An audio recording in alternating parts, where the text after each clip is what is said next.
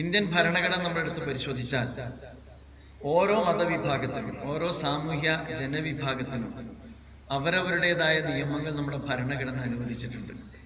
യഥാർത്ഥത്തിൽ നമ്മുടെ ഭരണഘടനയുടെ ഏറ്റവും വലിയ പ്രത്യേകത അത് തന്നെയാണ്. നമ്മളുടെ ഡൈവേഴ്സിറ്റി നിലനിൽക്കുന്നത് അതുകൊണ്ടാണ്, നമ്മുടെ ബഹുസ്വരത നിലനിൽക്കുന്നത് അതുകൊണ്ടാണ്. മുസ്ലിം കമ്മ്യൂണിറ്റിക്ക് മാത്രമല്ല, ദേവസ്വം ബോർഡ് ഇവിടെയുണ്ട്, അതുപോലെ തന്നെ സഭാ നിയമങ്ങൾ നമ്മുടെ രാജ്യത്ത് നിലനിൽക്കുന്നുണ്ട്. ഇതെല്ലാം ഉണ്ടായിരിക്കെ തന്നെയാണ് മുസ്ലിം കമ്മ്യൂണിറ്റിയെ സവിശേഷമായി ടാർഗറ്റ് ചെയ്തുകൊണ്ടുള്ള നീക്കം ഭരണകൂടത്തിന്റെ ഭാഗത്ത് നിന്ന് നടന്നുകൊണ്ടിരിക്കുന്നു. നിങ്ങൾക്കറിയാം, കുറച്ചു കാലങ്ങളായി നമ്മുടെ ഭരണഘടനയുടെ അന്തസ്സത്ത തന്നെ തകർക്കാൻ ജനാധിപത്യത്തെ ടൂളായി ഉപയോഗിക്കുന്നു എന്നുള്ളതാണ് നമ്മൾ കാണുന്ന ഒരു വളരെ ദൗർഭാഗ്യകരമായ ഒരു വസ്തുത.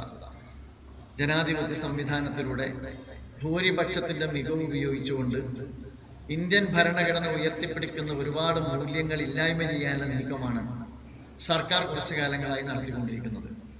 അത് NRCയുമായി ബന്ധപ്പെട്ട വിഷയത്തിൽ കാണാൻ കഴിയും, അതുപോലെ തന്നെ മുത്തലാഖുമായി ബന്ധപ്പെട്ട വിഷയത്തിൽ കാണാൻ കഴിയും, അതേപോലെ തന്നെ നമ്മുടെ രാജ്യത്ത് UCCയുമായി ബന്ധപ്പെട്ട വിഷയത്തിൽ കാണാൻ കഴിയും. ഇതെല്ലാം തങ്ങൾക്ക് ജനാധിപത്യ സംവിധാനത്തിനകത്ത് ഭൂരിപക്ഷമുണ്ട് എന്നുള്ളത് കൊണ്ട് ഭരണഘടന ഇന്ത്യൻ പൗരന്മാർക്ക് ഉറപ്പ് നൽകുന്ന അവകാശങ്ങൾ റദ്ദ് ചെയ്യാൻ വേണ്ടി അതിനെ തന്നെ ഉപയോഗപ്പെടുത്തുന്നു എന്നുള്ളതാണ്. ഡെമോക്രാറ്റിക് സിസ്റ്റത്തെ ടൂളാക്കിക്കൊണ്ടാണ് രാജ്യത്ത് ഇന്ന് സംഘപരിവാർ അവരുടെ വംശീയമായ അജണ്ട നടപ്പാക്കിക്കൊണ്ടിരിക്കുന്നത്. തീർച്ചയായിട്ടും രാജ്യത്ത് ജനാധിപത്യ സംവിധാനം വരെ രാജ്യത്തിന്റെ ഭരണഘടനാ മൂല്യങ്ങൾ തകർക്കാൻ ടൂളാക്കുന്ന ഒരു കാലത്ത് മർദ്ദിത ജനവിഭാഗത്തിന് തെരുവിലിറങ്ങേണ്ടുന്ന സാഹചര്യമാണ് സൃഷ്ടിക്കപ്പെട്ടുകൊണ്ടിരിക്കുന്നത് എന്ന് പറയാതിരിക്കാൻ നിർവാഹമില്ല. ഇത് കേവലം ഒരു മുസ്ലിം വിരുദ്ധ നീക്കമായി നമ്മൾ കാണുന്നില്ല, ഒരു മുസ്ലിം ജനവിഭാഗത്തെ മാത്രം ടാർഗറ്റ് ചെയ്യുന്ന ഒന്നായിട്ട് നമ്മൾ കാണുന്നില്ല. ഇത് യഥാർത്ഥത്തിൽ ഭരണകൂടത്തിന്റെ പ്രഖ്യാപിതമായ വംശീയ ആക്രമണവുമായി ബന്ധപ്പെട്ടിട്ടാണ്. അതിൽ സ്വാഭാവികമായും പ്രഥമ പരിഗണന മുസ്ലിം കമ്മ്യൂണിറ്റിക്ക് അവർ നൽകുന്നു എന്നുള്ളതാണ്. അതുകൊണ്ട് തന്നെ രാജ്യം ഇതിനെ അതിൻ്റെ യഥാർത്ഥ രാഷ്ട്രീയ സെൻസിൽ മനസ്സിലാക്കിക്കൊണ്ട് ശക്തമായ സമാന ചിന്താഗതിക്കാരായ മുഴുവൻ ജനവിഭാഗത്തെയും ചേർത്ത് നിർത്തിക്കൊണ്ട് ചെറുത്ത് നിന്നെങ്കിൽ മാത്രമേ, ചെറുത്ത് പരാജയപ്പെടുത്തിയെങ്കിൽ മാത്രമേ ഇന്ത്യയെ സംബന്ധിച്ചിടത്തോളം ഇന്ത്യയിലെ നിലനിൽക്കുന്ന ബഹുസ്വര സാമൂഹ്യ ജീവിതം നിലനിർത്തി നമുക്ക് മുന്നോട്ട് പോകാൻ കഴിയുകയുള്ളൂ. അതിൽ ഇന്ത്യ അലയൻസിന്റെ ഭാഗത്ത് നിന്നുണ്ടായ അതിനെ ഒബ്ജക്റ്റ് ചെയ്യാൻ അല്ലെങ്കിൽ അതിനോട് എതിർക്കാൻ വിയോജിപ്പ് പ്രകടിപ്പിക്കാനുണ്ടായ നീക്കത്തെ അപ്രീഷിയേറ്റ് ചെയ്യുന്നു. അവിടം കൊണ്ട് തീരുന്നതല്ല. തീർച്ചയായും മുസ്ലിം കമ്മ്യൂണിറ്റിയുമായി മാത്രം ബന്ധപ്പെട്ട് കിടക്കുന്നതല്ല. വിയോജിക്കുന്നവർക്ക് നേരെയെല്ലാം സംഘപരിവാർ പ്രയോഗിച്ചുകൊണ്ടിരിക്കുന്ന നീക്കം നിശബ്ദമാക്കുക എന്നുള്ളതാണ്, ഇല്ലാതാക്കുക എന്നുള്ളതാണ്. ഇത്തരം വംശീയമായ നീക്കത്തിനെതിരെ നമ്മുടെ രാജ്യത്ത് തന്നെ എല്ലാ ജനവിഭാഗത്തെയും ചേർത്ത് നിർത്തിക്കൊണ്ടുള്ള ശക്തമായ പ്രക്ഷോഭം രൂപപ്പെട്ടു വരേണ്ടിയിരിക്കുന്നു എന്നതിലേക്കുള്ള സൂചനയാണ് വഖഫ് ഭേദഗതി ബില്ലും യഥാർത്ഥത്തിൽ നമ്മെ അല്ലെങ്കിൽ നമ്മുടെ മുമ്പാകെ വെളിപ്പെടുത്തുന്നത് എന്നതാണ് വസ്തുത.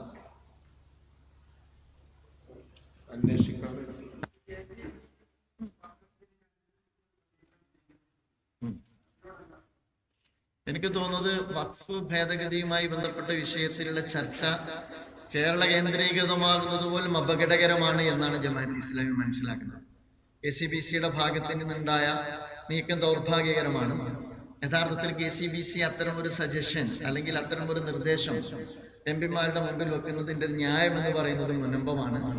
മുനമ്പം വിഷയവും അതുപോലെ തന്നെ ഇപ്പോൾ പാർലമെന്റിൽ അവതരിപ്പിച്ചുകൊണ്ടിരിക്കുന്ന BJP അജണ്ടയോടുകൂടി നടപ്പാക്കിക്കൊണ്ടിരിക്കുന്ന വഖഫ് ഭേദഗതി ബില്ലും തമ്മിൽ അജഗജാന്തരമുണ്ട്.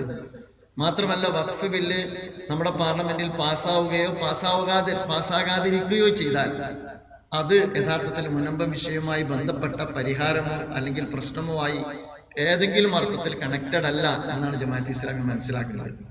ഇതെല്ലാം തങ്ങൾക്ക് ജനാധിപത്യ സംവിധാനത്തിനകത്ത് ഭൂരിപക്ഷമുണ്ട് എന്നുള്ളത് കൊണ്ട് ഭരണഘടന ഇന്ത്യൻ പൗരന്മാർക്ക് ഉറപ്പ് നൽകുന്ന അവകാശങ്ങൾ റദ്ദ് ചെയ്യാൻ വേണ്ടി അതിനെ തന്നെ ഉപയോഗപ്പെടുത്തുന്നു എന്നുള്ളതാണ്. ഡെമോക്രാറ്റിക് സിസ്റ്റത്തെ ടൂളാക്കിക്കൊണ്ടാണ് രാജ്യത്ത് ഇന്ന് സംഘപരിവാർ അവരുടെ വംശീയമായ അജണ്ട നടപ്പാക്കിക്കൊണ്ടിരിക്കുന്നത്. തീർച്ചയായിട്ടും രാജ്യത്ത് ജനാധിപത്യ സംവിധാനം വരെ രാജ്യത്തിന്റെ ഭരണഘടനാ മൂല്യങ്ങൾ തകർക്കാൻ ടൂളാക്കുന്ന ഒരു കാലത്ത് മർദ്ദിത ജനവിഭാഗത്തിന് തെരുവിലിറങ്ങേണ്ടുന്ന സാഹചര്യമാണ് സൃഷ്ടിക്കപ്പെട്ടുകൊണ്ടിരിക്കുന്നത് എന്ന് പറയാതിരിക്കാൻ നിർവാഹമില്ല. ഇത് കേവലം ഒരു മുസ്ലിം വിരുദ്ധ നീക്കമായി നമ്മൾ കാണുന്നില്ല. ഒരു മുസ്ലിം ജനവിഭാഗത്തെ മാത്രം ടാർഗറ്റ് ചെയ്യുന്ന ഒന്നായിട്ട് നമ്മൾ കാണുന്നില്ല.